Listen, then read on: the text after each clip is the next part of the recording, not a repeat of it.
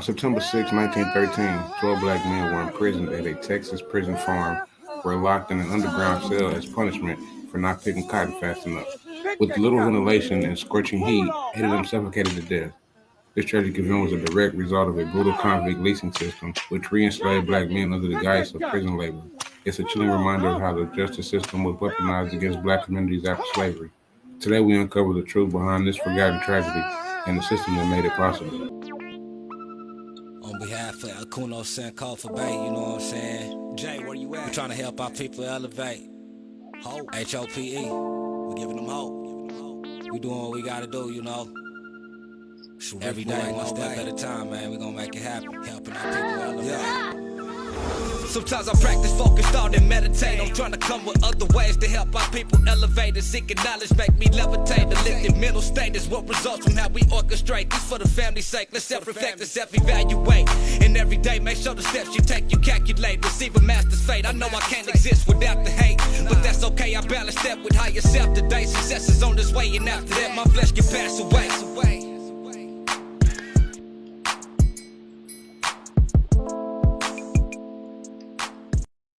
Now, why you say a slave? Because some people think that, hey, once you're there, you just get a bunk bed, you get a book, and you get to just sit there in boring silence for the rest of your days. You asked me why I said slavery? Let's go. Have you ever seen pick cotton? Nah. Where have you seen pick cotton at? Never in my life. A slave, though. Oh, slave. I was sent to pick cotton. That's why I said. Oh, so you? Slave. So wait. So I was sent to sit. Wait. All right. I ain't never seen nothing but a slave pick cotton. Wait. So you have actually picked cotton off the cotton plant? I have picked cotton off the cotton plant. Texas Department of Criminal Justice, you pick cotton off the cotton plant. On September 16, 1913, 12 black men held at a prison farm in Richmond, Texas, were held in an underground cell as punishment for not picking cotton fast enough. 8 of those men died of asphyxiation. The cell was 9 feet long, 7 foot wide, and 7 feet high, and temperatures outside neared 100 degrees Fahrenheit.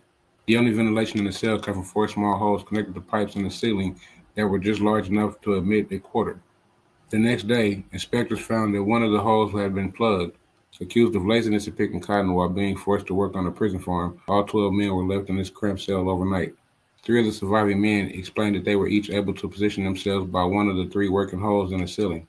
The 4th survived by pressing his face against the crack at the bottom of the door. They cried out repeatedly to guards throughout the night. "Men are dying in here," they yelled.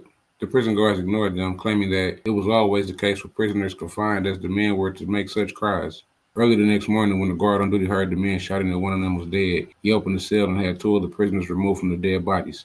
The guards did not ascertain if any of the other men inside were dead. Instead, he waited for his manager to arrive before they reopened the cell to find 8 of the men inside had suffocated to death. No one was ever held accountable for the deaths of these men. The Attorney General of Texas ultimately concluded that prison officials were not culpable because placing these men in these suffocating chambers and failing to listen to their pleas for help did not violate the law. 4 of the men were buried on the property of Jester State Prison Farm, which still houses inmates today. The tragic fire at the Negro Boys Industrial School in Wrightsville, Arkansas, was not just an accident. It was a result of a system that treated black children as less than human. But sadly, this was not just an isolated incident.